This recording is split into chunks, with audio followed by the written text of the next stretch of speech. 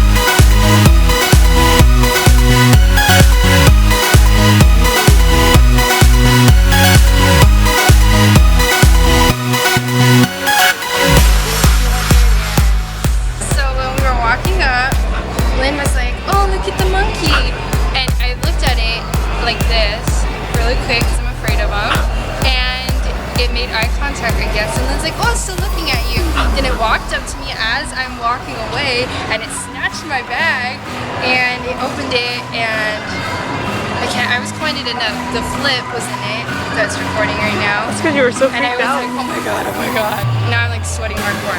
But it pulled out my postcards and started chomping on them. Oh, look at that. Oh. Yeah, there's probably rabies on this.